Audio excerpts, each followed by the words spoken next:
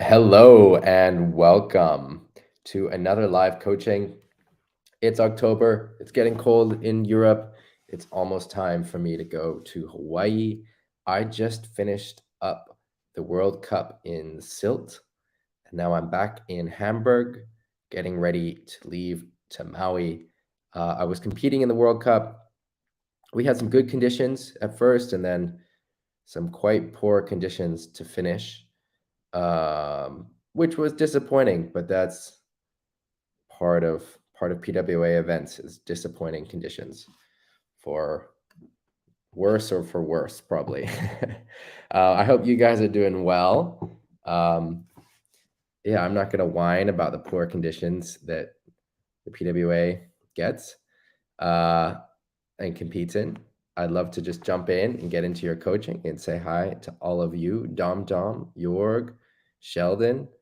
Hello, hello, hello. Did you guys sail this week? I sailed in Silt. I had 3 sessions. I had some fun port tack and then some very fun starboard tack one of the mornings where I was the only person windsurfing. That's not true. Maureen was also windsurfing at the same time, but she was not windsurfing the same waves that I was. I was sailing the shore break and she was sailing on the outer sandbars.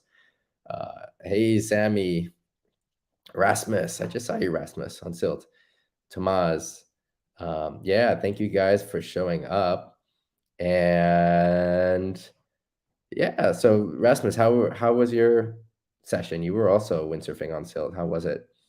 I'm gonna jump into the Facebook group soon, but I wanna if you're just joining us, I want to hear if you sailed.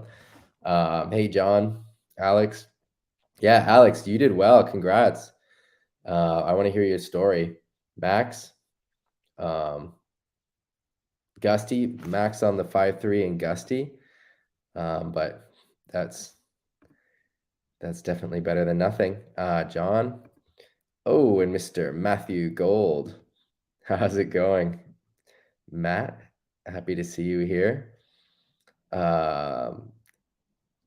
Yeah, it's great. I saw so Matt was on our master class, the last master class we did in Denmark, which is his devil's tack. He's used to starboard tack, and he was learning port tack, which as you guys know, if you've sailed your opposite tack, that it's a very humbling experience. But Matt did great. He charged, had a massive backside aerial. So Matt, I hope you are reaping the rewards now that you're back home. That's cool. Matt says he got battered, which he did, but he did really well. And getting battered is part of learning and sailing radical spots. I think, Matt, how many spots did you sail in Denmark? Was it 5 spots? Pretty cool. Little Danish tour. Sheldon sailed as well in Scotland. Slalom setup. Cool. Were you were you working on anything or just having fun, blasting back and forth? Do you sail with a GPS? Are you working on jibes? Hey, Samuel. All right, I'm gonna open up the Facebook group. You guys keep adding in the chat.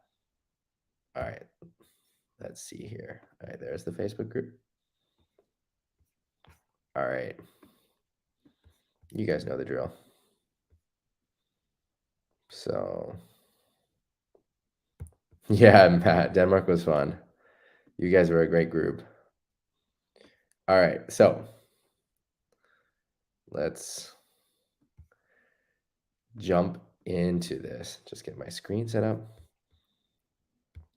All right, so Babe posted this picture, but the question is a little bit different than the picture. So the question is, I was wondering if any of you guys had experience with rigging your sails with the main batten going in front of the mast. I used to think it was a kind of a no-no, but recently went with it as the wind had dropped, and I was surprised at how good the sail felt. The leech still had good dynamic twist, despite looking very tight. Before that, I would have the batten level with the mast and extremely low outhaul, so the sail would pull a lot in the arms, but bend out of shape instead of accelerating, which sounds a lot like too little downhaul, which was counterintuitive. I don't know, whenever the sail's bending, Depends. That can also be too much downhole. Pictures below are recommendations from a random website versus the recommendations from Witchcraft. I guess not all sails are designed the same way, and more modern ones can work with a tighter leech. They're gastro IQs for what it's worth. So the sails that set up with the batten really behind the mast are, I think they used to call them, or Neil probably used to call them the RAF sails, right? Rotational asymmetric foil. I think that was before my time. And the idea is that the batten sets up behind the mast like this, and then when wind fills up in the sail pulls away from the mast, and yeah, then it's like full. So actually, when there's wind in the sail, it doesn't look like this.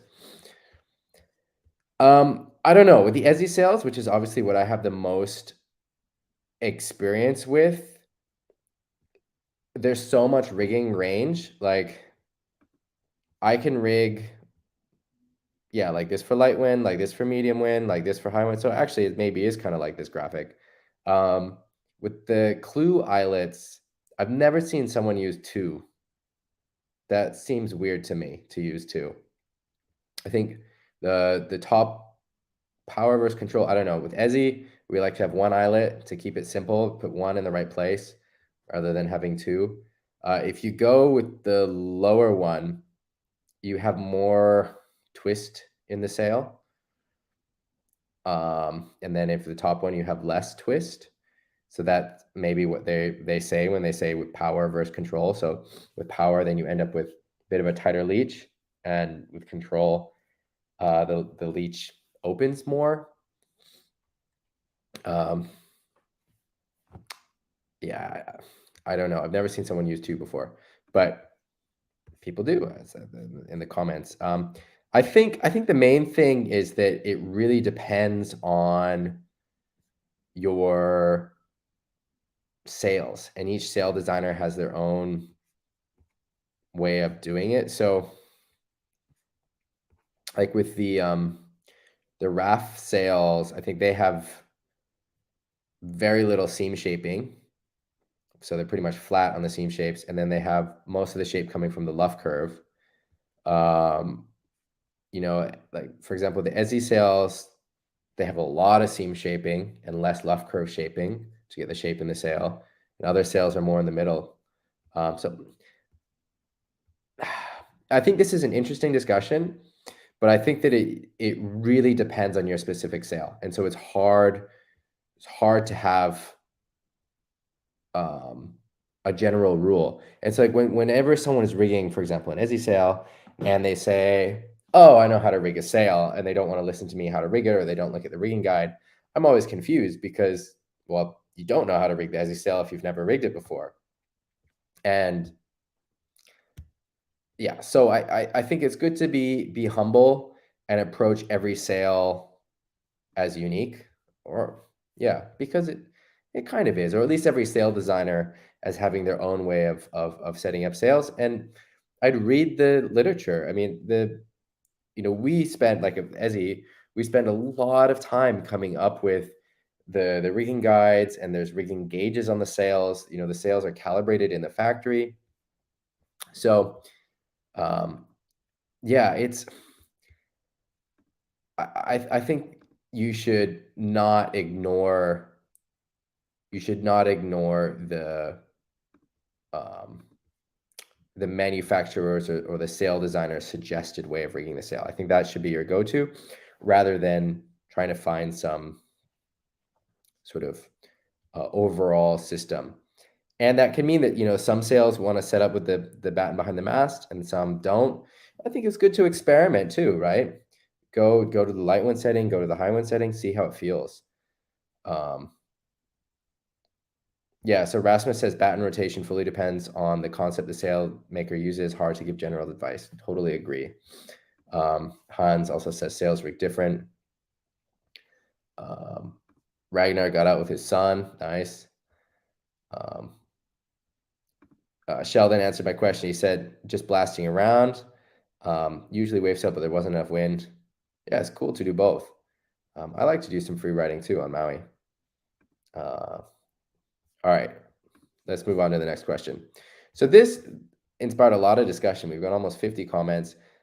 Thank you, Jan, for asking this question. So what's the biggest hindrance for us mere mortals to take up a stance that resembles that of Campello in a side on bottom turn? I personally believe it's the idea that the mast should be pointing towards the nose of the board when entering the bottom turn. It certainly does point that way in the picture, but I don't think that's from the start. The reason that it points towards the nose is superhero pictures like this, is that the board is already turned sharply in under the sail and towards the face of the wave, which is where the mast was probably pointed in the first place. And the purpose of directing the mast towards the wave face with the front arm while pulling in the backhand at the bottom of the wave is to shift the body weight quickly to the side and to the inside of the turn in order to bank the board over for a tight turn. If you're trying to stretch the sail towards the nose of the board, you'll be pulled forward rather than inwards, and the board will refuse to turn. Is therefore also not catching your fall, if you get my meaning. I believe I've tried to make this point before without much success, so I may well be wrong. I've so far also only modest success when trying to put into practice, but that could partly be down to risk aversion, which may be alleviated if I knew I was on the right track. Jan, I'd love to see some footage of you. Get some footage. I want to see some footage because it's really hard talking about general things like this, and especially looking at these different pictures of the pros where this is maybe really different conditions than what you're used to getting, right? This is side shore, pretty heavy waves in silt. This picture of Ricardo. I pulled out a few other pictures. Tomasz posted some pictures. So the top one is Tomasz, the bottom one is me. And, you know, what I think is the most important is the body. And the biggest mistake is that people put the hips forward. And so you want to really stick your butt out, bend over at the waist, and lean over the center line so you can get pressure on the rail. For me, I think most success comes from thinking about the body. Like in these pictures, yeah, okay, it's kind of different moments, but the sails are also doing somewhat different things. Liam here is pretty sheeted out, yet it's a nice bottom turn. The board is really on the rail. I mean, everyone's a bit sheeted out here, actually. But the key thing is that the bodies are all bent over, right? The similar body position, and the sail is pushed away from the body. What you don't want is really hugging the sail, and that's a little bit different. So Keoki posted this of the race drive, which is similar, but he's really able to hug. Oh shit, I'm not showing my screen. Sorry. Gosh, you guys are patient for how's that? No, I need to be smaller. How's that? Sorry, I don't know how that happened. Oops. Hey, Jeff. Nice. I hope you get on the water. Hope your injuries are all healed up. Thank you guys for being patient. I don't know what I missed. We were talking about Jan's post. Thank you for posting. Anyway, what I'm trying to show you is that in the bottom turn, you need to be sticking your butt out and leaning over, getting over the center line and pushing the sail away from you. And it's really hard to say whether you want to push the sail towards the nose of the board or not, because it depends a lot on the wind and how you're coming down the wave. And sometimes you'll push the sail towards the nose of the board. Sometimes you're pushing it towards the inside rail. Sometimes you're even pushing it towards the outside rail of the board. But the key thing is that you're pushing the sail away from you and the body is leaning forward with the butt out, bent at the waist. You're not pushing your hips forward and you're not flexing too much at the ankles. You can really think of your body being powerful. It's more similar to like a powerlifting position where you have a lot of strength in your ankles. You're not really extending your knees over your toes very much. Like if you look at all these pictures, right? Like the knee in all of these isn't going over their toes, right? Does that make sense? And I think you want to push with both feet. And this is a really interesting discussion, and I think it's worth reading some of these, and I agree with some of these comments. I disagree with some of these comments, but I think the discussion is really good because it brings up a lot of different points. Like there's something that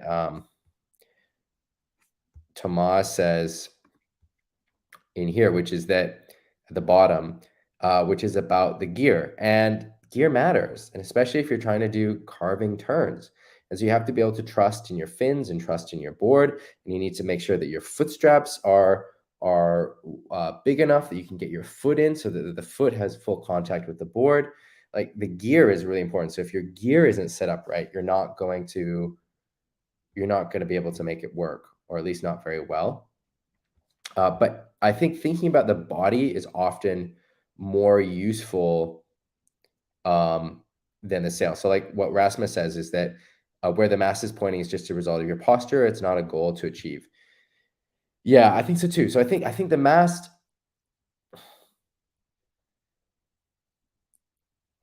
maybe there's some kind of rule that comes out of where the mast is pointing, but based on the conditions. But the constant, what's always true, doesn't matter whether it's onshore, sideshore, offshore, is you got to get your body over the board, because otherwise the board's not going to carve, right? You got to get the board tipped over. And yeah, you can kind of use the sail to help you do that, but it's more your body than anything else. And so in the difference of technique that's going on in onshore versus offshore has to do with where you have to get that sail then to get your body over and to travel through the wind. So in onshore, where you've really got to open up that clue, then the sail has to be more upright and kind of behind you. Whereas in down the line conditions, because you're not coming at the same angle to the wind, the sail can be in front of you and the mast can point more into the wave. Also, the amount of speed that you have matters, because the faster you're going, the less the real wind is affecting your sail, right? The more that it's about apparent wind. And, I'm not really sure of how that breaks down based on what you need to do, or how that would change the sail, because I'm not thinking so much about the sail. And I don't think you should be either. I think you need to be thinking about your body. I think you want to push the sail away from you and then get your body over the board. Stick out your butt, lean forward, get over the board. And then there are things you can fine tune. You can fine tune with the sail for sure. But without the body, none of it matters otherwise. So getting the sail sort of away from you, both physically, pushing it away from you, wherever that works, and getting your body over, and then also away from you, like out of your head, and just thinking about your body posture is going to be really beneficial. And then get some footage. Jan, I want to see some footage. I want to see a photo because that will be helpful.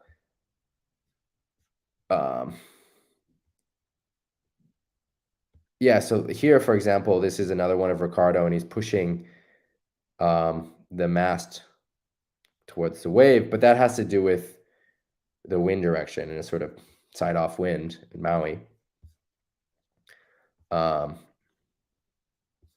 Here's some other pictures. So this is from Adrian. So this is an example of sticking the hips forward and not sticking the butt out, like we're talking about. And then you end up with a lot of this ankle flexion, which you don't want, because that means that you're not applying the pressure to the board. It's so like if you're doing the Michael Jackson leaning over, where you're leaning over as much as possible while still staying upright, you're not achieving your goal, which is getting that board on its edge. So this is another big concept. The posture that you want to be in for your bottom turn shouldn't be something that you can do on dry land, because if you get in that posture, you're going to fall over. And so this, Adrian, is a classic example of the hips being pushed too far forward. And so you want to get that butt out. It's the same in the jibe too. To do really good jibes, you want to stick that butt out. You don't want your hips in. So let's go back to the picture that Keoki posted. It's the same thing, right? He's not sticking his hips in, the butt is sticking out and back. so that you can lean forward. There was another, here, this is another sequence. So this is the same one from Adrian. You can see that he's more committed, and he's getting the butt out more. So this is, yeah, so this is a better position. There was another, someone else posted another picture in here. Oh yeah, here from Azel.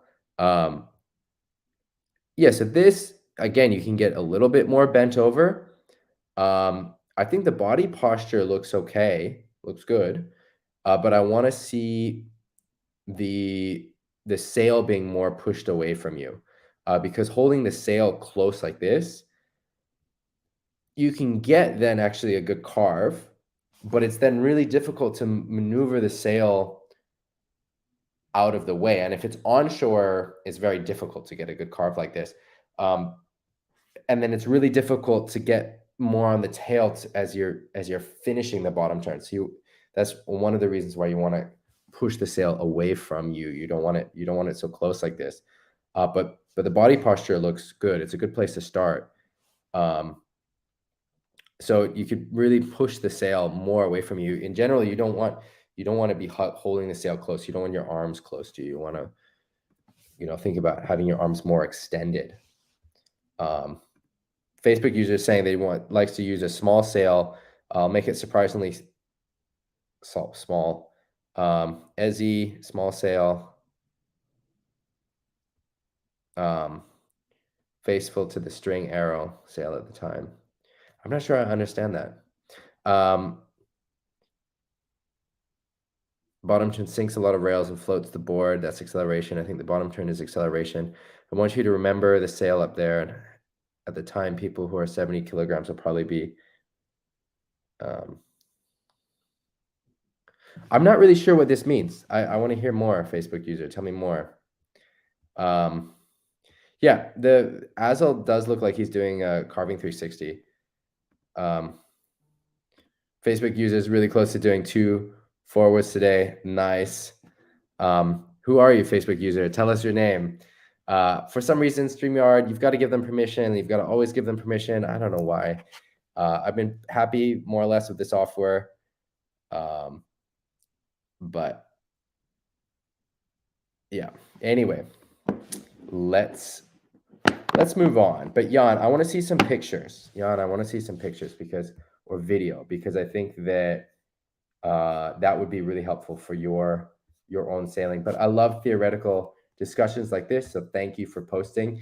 Just to reiterate, I think it's more important to think about your body than the sail, and generally you just want to push that sail away from you, get your arms extended, and really think about pushing your butt out and bending over. All right, let's move on. So here's a post from Matteo, which is a push loop crash, and it's pretty far away, but let's see what we can make out from it. Here, can I make this bigger? Yeah, I can. All right, let's see.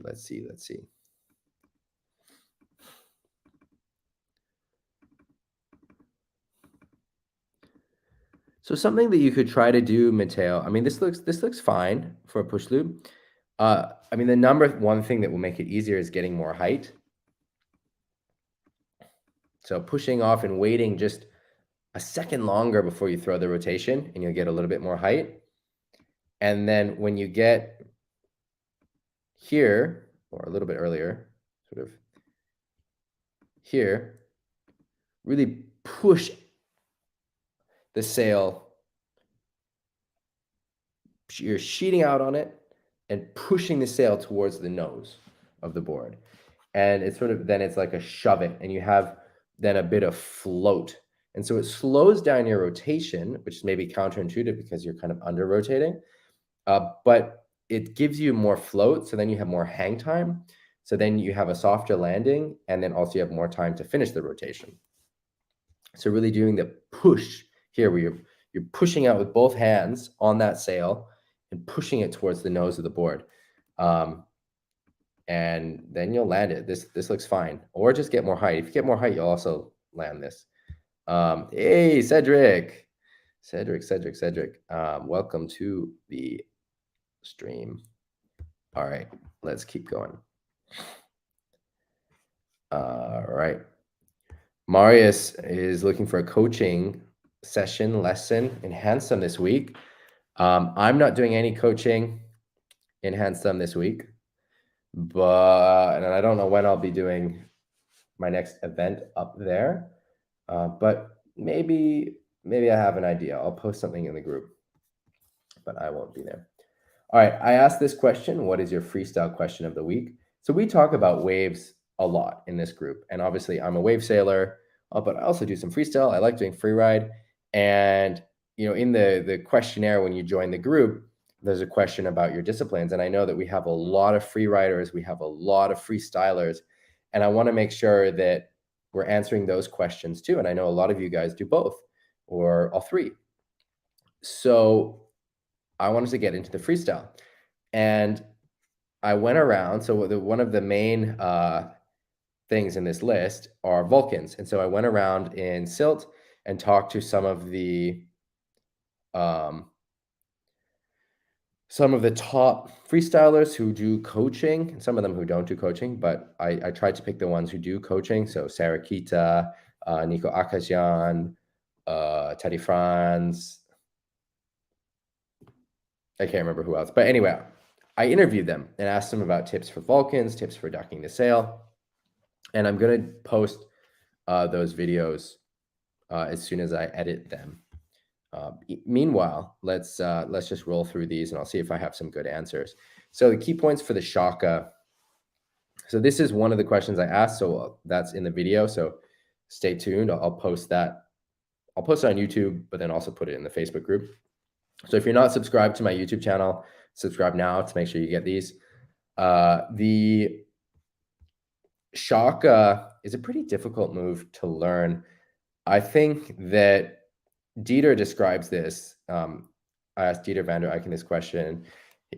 What he's saying is the lighter the wind, the bigger the sail, the more upwind you can go. The stronger the wind, the smaller the sail, the more downwind you need to go when you're doing the Shaka. So the angle that you're doing it changes. For me, what was really important was figuring out where to lean my body. And still sometimes I have a difficult time leaning in the right place. So I can do the Shakas pretty well on a wave face. And one of the reasons for that is that I know exactly where to lean my body. And so oftentimes, like for example, in Hokipa, if I want to do a Shaka just on the wave face, so not a backside 360, but a Shaka on the wave, and the wind is a little bit side offshore, I have to lean my body directly and square my shoulders. The shoulders are super important. But straight in front of the wave, like sort of parallel with the wave. And meanwhile, sort of with my hips, I'm pushing everything up into the wind, but then holding the sail so it stays with my body. And then that creates the rotation and the float.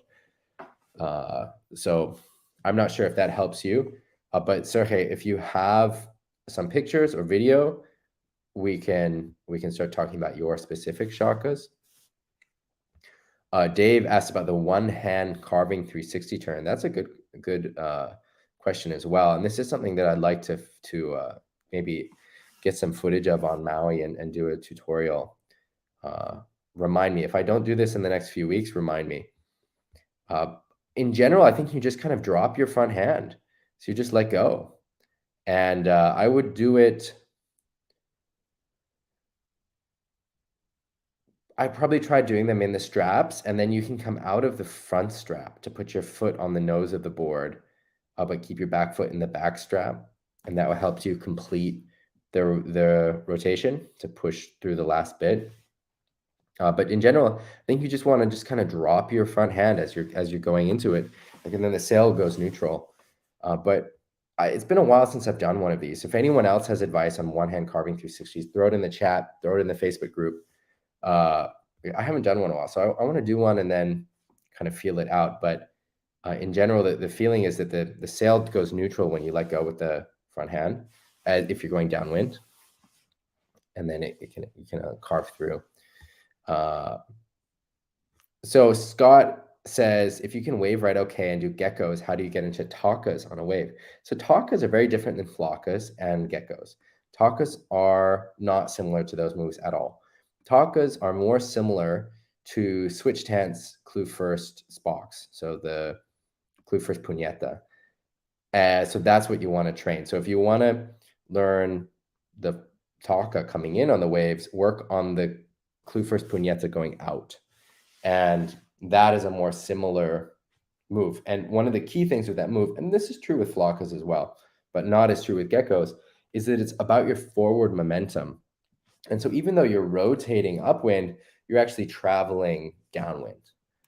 And that's one of the biggest concepts to unlock for doing the taka, as well as the flaka. So are you doing flakas, Scott? Even though I really hesitate to say that the flaka is similar to the taka or that it helps you learn the taka, because it doesn't, but it does a little bit. I know that's confusing. All right, Mark asked about how to avoid accidentally hooking in on a Vulcan attempt. And Jennifer, this is a good comment from Jennifer, says to check your harness lines. You want to make sure that your harness lines don't swing too much. There are a lot of brands that make fixed harness lines that don't swing. I use the Dakine ones, and I know there are a lot of other brands. But if you have harness lines that swing around all the time, then you can accidentally hook in. And if I had to guess, Mark, that's probably the reason that you're accidentally hooking in. Otherwise, it would be helpful to know when you're hooking in. I mean, I'm guessing that you're hooking in on the initial side as you're jumping and going across, which then sounds like swingy, lines that are swinging all over the place. It's hard. If I get on someone's boom and they've got really swingy lines, I have a really hard time. It makes a difference. Having harness lines that don't swing around makes it so much easier. All right, Thomas asked about doing a shove it backside air. It's all about that carve up into the wind. You want to go way, way, way, way, way up into the wind, more into the wind than you think.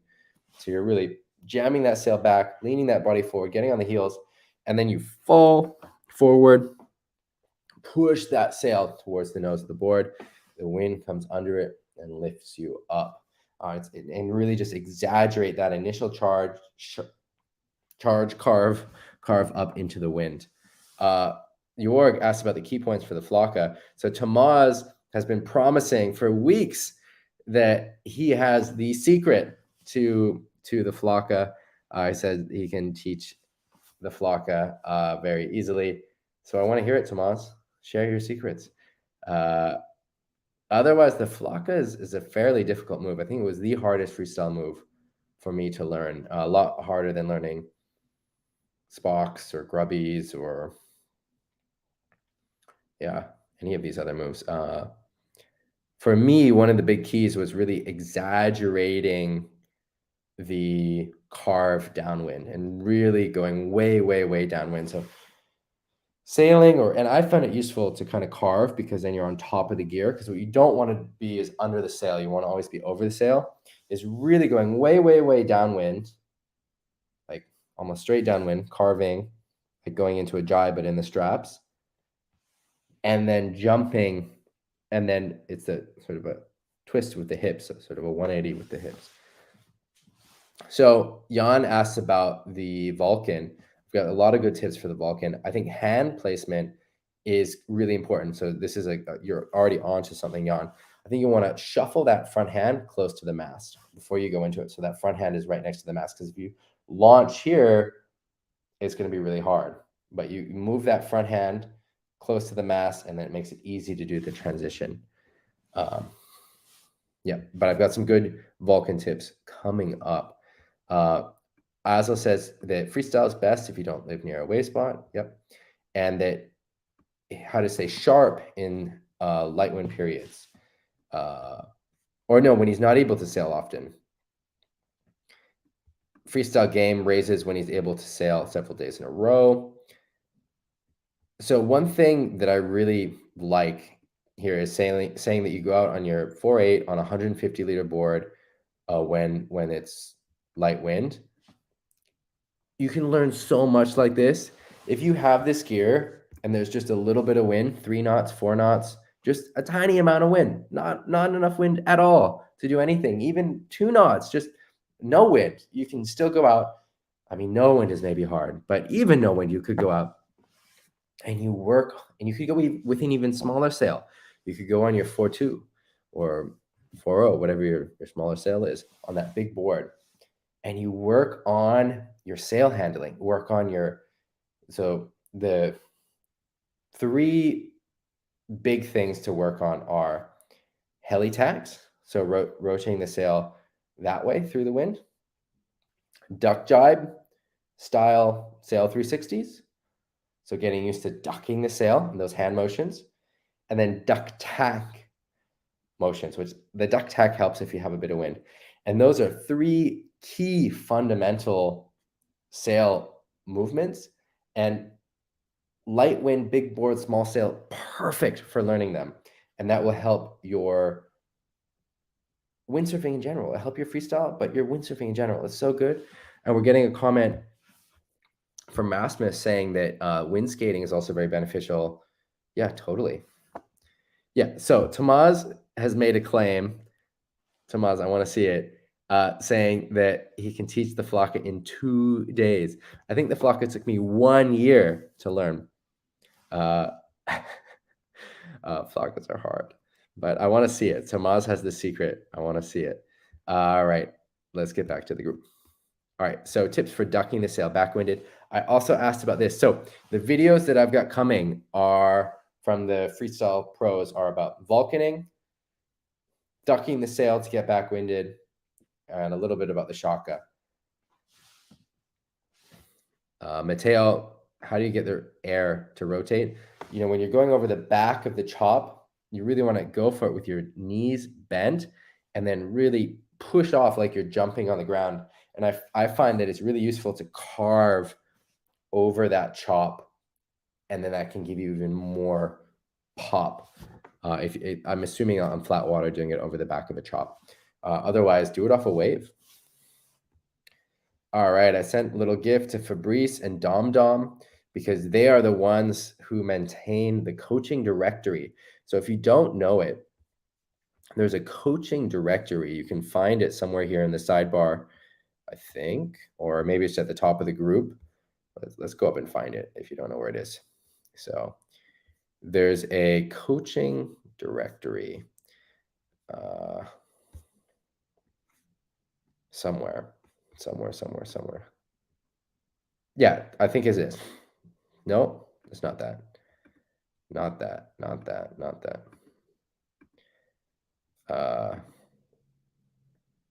Must be in the about section of the group. I don't know if I can see it because I have a different view than what you have. I have the administrator view, but there's a document, there's a Google Doc that Fabrice and Dom maintain. They update it every week, and it's a full directory of every single live stream that we've done.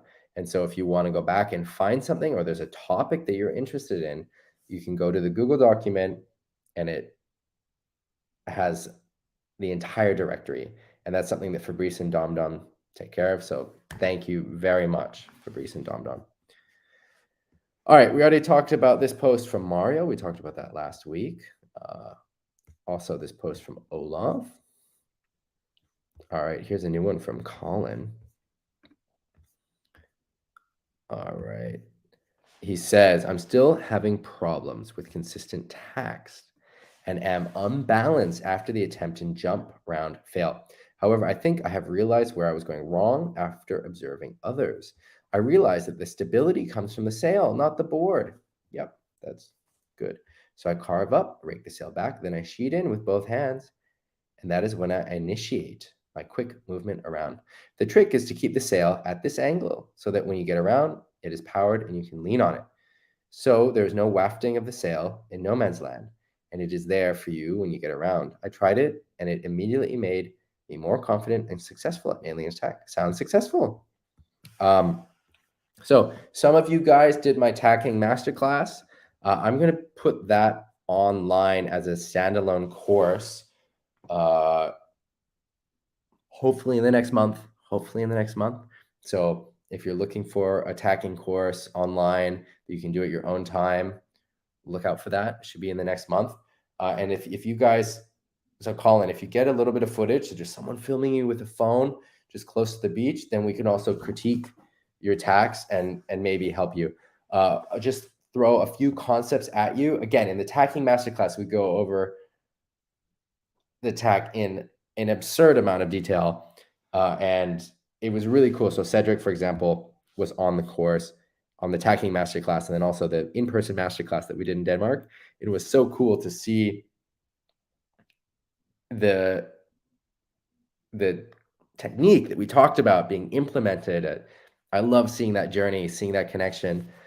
Yeah, was great. So anyway, that is coming hopefully in the next month. But I wanted to say a few things, Colin, that will help you. Slow is smooth and smooth is fast. So we call it a fast tack. But in order to go fast, you have to go slow so that you can go smooth, so that you can go fast. Slow is smooth is fast. So it's not about jerky, quick movements, because that will make you unbalanced. You want to go slow and smooth, and that's how you go fast. And then moving the sail to make room for your body as it goes in the front, and then moving the sail forward again to make room for your body as it comes over to the new side. And then using that sail, like you said, to balance. So you're standing upright, you push against the sail, and you balance. And so the end of the tack, the end of the fast tack, can actually be very slow. You can sort of chill there, get your balance, and then sail off. You don't want to rush out of the tack. Rushing out of the tack is one of the main reasons that people fall. You don't want to rush out of the tack. All right, let's move on. Some good comments here too from everyone. All right, we already talked about this loop. All right, Paul, we've got a post from Paul. Forward loop. Boom, boom, boom. Paul, that looks solid. So there's two things I want you to do different. Otherwise, it looks great. I want this hand to be way back here, and I want your head to be looking where you're going, which is then over this shoulder. And so we had a little discussion here in the comments, and I said,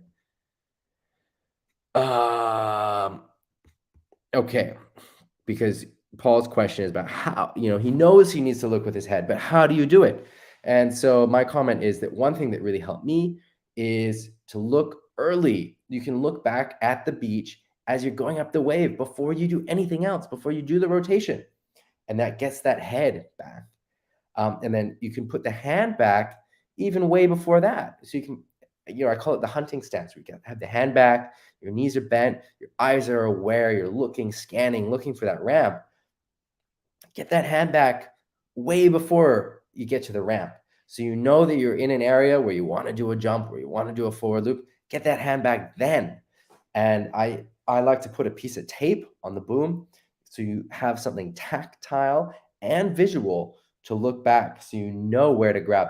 A lot of people say to grab to the clips. Grabbing the clips also works, but it can be too far back for some people.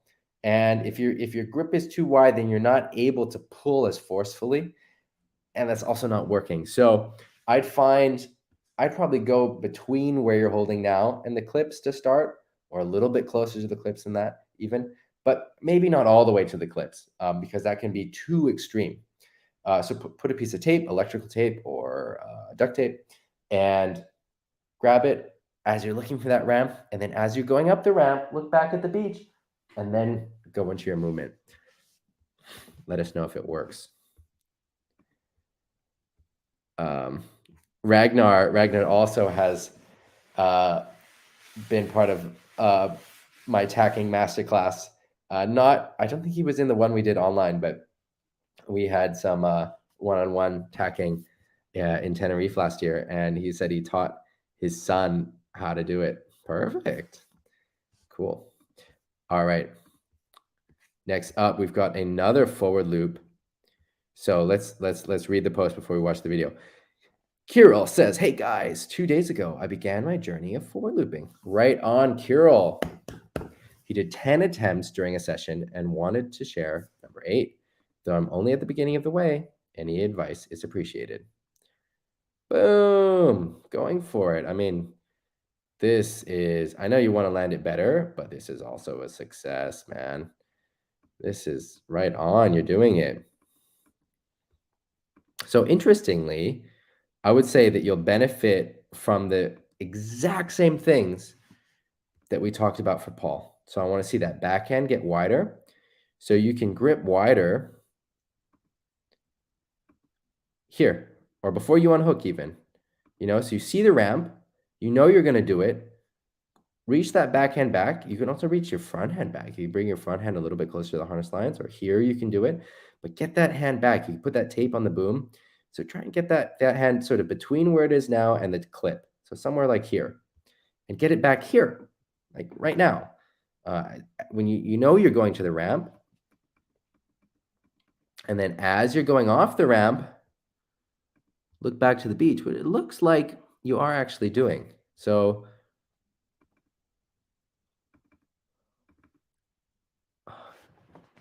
it's a little bit hard. I want to see you look back more. Getting the hand back will be huge. Looking back to the beach a little bit longer, a little bit more will also be helpful. Where is this, by the way? These conditions look perfect for learning. And then getting a little bit smaller with your body, more compact. But you've got it. I mean, this is it. Is this in Tenerife? This could be Tenerife, actually, from that view. No, that's not Tenerife. Where is it? I want to know. But this is awesome. Attempt number 8. This is awesome. So wide grip will be huge. And then look back longer. And really think of it as a spin, not a somersault. So you don't need to be going forward like this. You want to be going more sideways, but this is a great beginning. And then the other thing, the third point, is about getting smaller. So the way I like to think of it is it's you go small, then you go tall off the ramp to help you push off, which you are kind of doing. You could exaggerate even more, going a little bit bigger off the ramp. But then in the air, you want to go to ball. So you small, tall to ball, small to tall to ball, small, tall ball, small, tall ball. And so in the air, you're in a little ball and you're sucking up your legs, using your core to bring your knees up to your chest, bring your feet up. And that will make you rotate easier. It's the same like on a trampoline or into a pool or off a cliff or whatever. The more compact you are, the more easily you'll rotate. The more tucked up you are, the easier it is to rotate. Sheldon says that he finds looking at his back foot as he goes up the ramp helpful. Cool. All right, here's one of my heats in the double. I passed this heat. This is an old post. We already talked about that. Here's this conversation I did with Ben Prophet, which I think also I talked about. Here's the unofficial live stream for the World Cup. Here's some raw footage I posted. I think we already talked about it. And just like that, are we caught up? I think we are. Amazing. Wow, we went through a lot of stuff. Yeah, great. Yeah, cool. It's great that we're caught up. I had a crazy week. It's been a crazy month, going from the master classes in Denmark to competing in the World Cup in Zilt. So the articles for the Windsurfing Masterclass newsletter are late. I'm sorry for that, but they're coming. The content is all there. Also, what I think I'm going to do going forward, because a few people complained about getting too many emails all at one time, I'm going to spread that content out a little bit more over the month. So for October, you're going to get a lot of content because you're getting September's content plus October's content. And so you're going to get a lot in the month. And then November will be will be more spread out, but just November's content. From the September content that has been posted is the Robbie Nash interview. So if you haven't checked that out, check it out. It's an interview I did with Robbie Nash. We sat down together. It's from a few years ago, and we had a conversation. We talked for 2 hours. I recorded that conversation, transcribed it, edited it, cut it down, and that's what is in there. But it's still a pretty long interview. I think it's about 5,000 words. So what does that equal? It would be like 10 to 12 pages in the magazine. So check it out if you are subscribed to the newsletter. And if you have any ideas as well, so if there's a topic that you want covered, and it can be coaching related, or it can be information related, or just entertainment related, let me know. It's something from me or from someone else, because I have this kind of unique position where I'm doing the coaching, but I'm also in the pro scene, and also I grew up in windsurfing, so I know a lot of these people. So doing these interviews is interesting. That interview, the Robbie Nash interview, was a ton of work.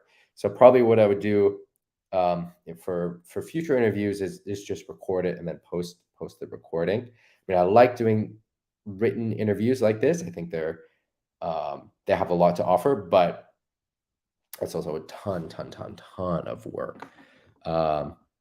And time, which I think can be better spent doing other stuff for you guys in the newsletter or in the Facebook group. So what to look out for? So I did these interviews with the top freestylers and the freestylers who are doing coaching. The first one that I'll post is the one about Vulcans, because I think Vulcans are the gateway move for modern freestyle. And so whether you're a kid getting into freestyle or just a kid at heart wanting to get into freestyle, the Vulcan is the move to learn first for the sliding power freestyle moves. And I've got some really great tips. So like I said, I interviewed Sarah Kita, Nico Akajan, Anthony Ruines, Taddy Franz, Dieter van der Eycken. And these are some of the top freestylers in the world, and they also do a bit of coaching. And so look out for that. I'll post it. The Vulcan I'll post on YouTube this week. Then the other things, ducking the sail, the Shaka, we'll see when that gets posted. I'm traveling to Maui on Thursday, so next time you see me, I'll be on Maui. I hope you have a good windy week. If you have any questions, you can throw them in the comments here. You can join the Facebook group. Remember to subscribe to the YouTube channel. I don't know what else to say. You guys know the drill. Thank you for showing up. I hope you have a good week. Think of your questions, get some footage, get some photos, and have a good week. Take care. Bye-bye.